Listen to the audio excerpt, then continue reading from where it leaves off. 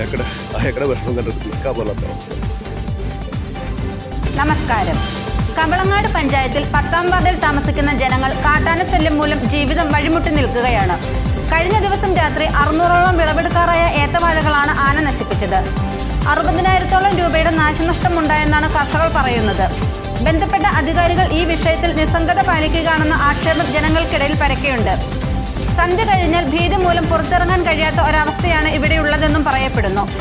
രാത്രി സമയങ്ങളിൽ കാട്ടാനകൾ പുരയിടങ്ങളിൽ സ്വൈരവിഹാരം നടത്തുകയാണിവിടെ. അധികാരികൾ ഈ വിഷയത്തിൽ ഉടൻ വേണ്ട നടപടികൾ എടുത്തില്ലെങ്കിൽ ഇവിടെ വലിയ അനിഷ്ട സംഭവങ്ങൾ ഉണ്ടാകാനിടയുണ്ട്. ചെമ്മക്കുഴി ഭാഗത്ത് ആനശല്യം ഭയങ്കരമായിട്ട് പൊട്ടുകൊണ്ടിരിക്കുകയാണ്. 20 പേര് കൂടി കൃഷി ചെയ്ത് നടന്ന ഭൂമിയിൽ ആന കയറിയിട്ട് കംപ്ലീറ്റ് വാഴകൾ, കൊലച്ചിരുന്ന വാഴകൾ കംപ്ലീറ്റ് നശിപ്പിച്ചിരിക്കുകയാണ്. അതിന് നഗരംപാറ വീട്ടിലെ പോഷകർ വന്ന് കഴിഞ്ഞ ദിവസം നോക്കിയിട്ടുണ്ടായിരുന്നു. അവർക്കൊന്നും ചെയ്യാനില്ല എന്നാണ് അവർ പറയുന്നത്. 10-600ഓളം വാഴകൾ അത് നശിപ്പിച്ച് ചവിട്ടി കൂട്ടി നാശമാക്കിയിട്ട് പോയിട്ടുണ്ട്. ഇതിന് വേണ്ടപ്പെട്ട അധികാരികൾ എന്തെങ്കിലും ചെയ്യണം എന്നാണ് ഞങ്ങൾക്ക് പറയാനുള്ളത്. 600ഓളം വാഴകൾ, കൊലച്ച വാഴകളാണ് നശിപ്പിച്ചത്. അതിന് 10-60,000 രൂപയുടെ നഷ്ടം ഇതിനകത്ത് വന്നിട്ടുണ്ട്. വേണ്ടപ്പെട്ട അധികാരികൾ മുൻകൈയെടുത്ത് അതിനെന്തെങ്കിലും ചെയ്യണമെന്ന് ഉപേക്ഷിച്ചു. അല്ലെങ്കിൽ ഞങ്ങൾ സമര നടപടികളുമായിട്ട് മുന്നോട്ട് പോകണം.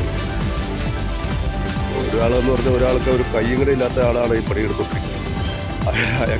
അയാളുടെ വിഷമം കണ്ടിട്ട് നിൽക്കാൻ പോലാത്ത അവസ്ഥ.